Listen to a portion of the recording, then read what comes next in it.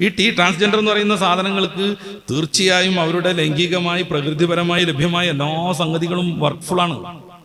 അതിൻ്റെ അനുഭവങ്ങൾ നിരവധി ഉണ്ട്. നമ്മൾ കാണുന്നുണ്ട്, അറിയുന്നുണ്ട്. അമേരിക്കയിലെ ഒരു ട്രാൻസ് വുമൺ എന്ന് പറഞ്ഞാൽ നമുക്കറിയാം, ആണായിട്ട് ജനിച്ചിരുന്നു, പിന്നീട് പെണ്ണാവാൻ തോന്നി, അങ്ങനെ പെണ്ണായിട്ട് മാറി ചില സർജറികളൊക്കെ നടന്നു.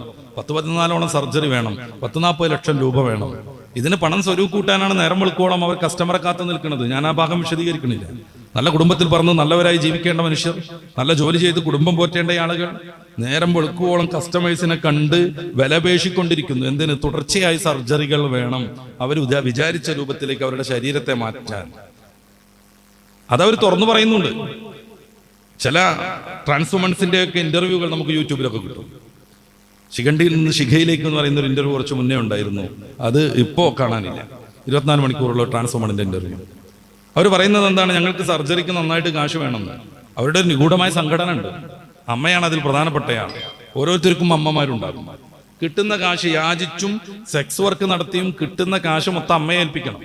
ഞാനീ പറഞ്ഞ ഇന്റർവ്യൂവിൽ പറയുന്ന ആ സ്ത്രീ പോലെയുള്ള ട്രാൻസ്വുമൺ പറയുന്നത്, ഞാൻ 2-3 സർജറിക്ക് ആവശ്യമായ പണമൊക്കെ കൊടുത്തിട്ടും അതെല്ലാം അമ്മ മുക്കിക്കളഞ്ഞു എന്നാണ്. അവസാനം സ്വന്തമായി ഞാനത് സ്വരൂപൂട്ടി സർജറികളിലേക്ക് കടന്നു എന്നാണ്. ഡൗൺ സർജറിയും അപ്പർ സർജറിയുമായിട്ട് 10-14 സർജറികൾ. അതിൻ്റെ 1.5 വർഷം 2 വർഷം മുന്നേ മുതൽ തുടങ്ങേണ്ട ഹോർമോൺ ട്രീറ്റ്മെന്റുകൾ മാസത്തിൽ എന്ന് വെച്ചാൽ പുരുഷ ശരീരത്തിൽ പുരുഷ ഹോർമോണാണ് വരിക. അതിനെ ഓവർകം ചെയ്യും വിധം സ്ത്രീ ഹോർമോൺ കുത്തിവെച്ചുകൊണ്ടേയിരിക്കണം. ഇനി സർജറികളൊക്കെ കഴിഞ്ഞാലോ എല്ലാ മാസവും കൃത്യമായ ഇടവേളകളിൽ ഹോർമോൺ ട്രീറ്റ്മെന്റ് നടത്തണം. വലിയ ചെലവാണത്. ഹോർമോൺ ട്രീറ്റ്മെന്റ് നടത്തിയിട്ടില്ലെങ്കിൽ അതുവരെ സർജറി നടത്തി അവർ നിർമ്മിച്ചു വെച്ച ശരീരത്തിലെ എതിർ ജെൻഡറിന്റെ ഭാഗങ്ങളെല്ലാം ചുങ്ങി വരും. എന്നുവെച്ചാൽ ഒറിജിനൽ ഹോർമോൺ ശരീരത്തിൽ ഉൽപ്പാദിപ്പിക്കപ്പെടും. അതിനെ മൂടും വിധത്തിൽ കൃത്രിമമായ എതിർ ജെൻഡറിന്റെ ഹോർമോൺ കുത്തിവെക്കുന്നില്ലെങ്കിൽ ശരീരം ചുങ്ങും. അവരിതുവരെ നിർമ്മിച്ചു വെച്ചതൊക്കെ ബാത്തിലായി പോകും. അതുകൊണ്ട് കൃത്യമായ ഇടവേളകളിൽ മരിക്കുവോളം ഇത് ചെയ്യണം.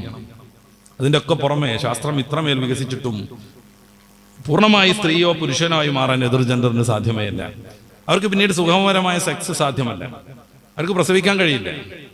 അവർക്ക് മെൻസസ് വരില്ല. പെണ്ണിന്റെ രൂപത്തിലായിരിക്കും എന്നല്ലാതെ അവർക്ക് മെൻസസ് വരില്ല.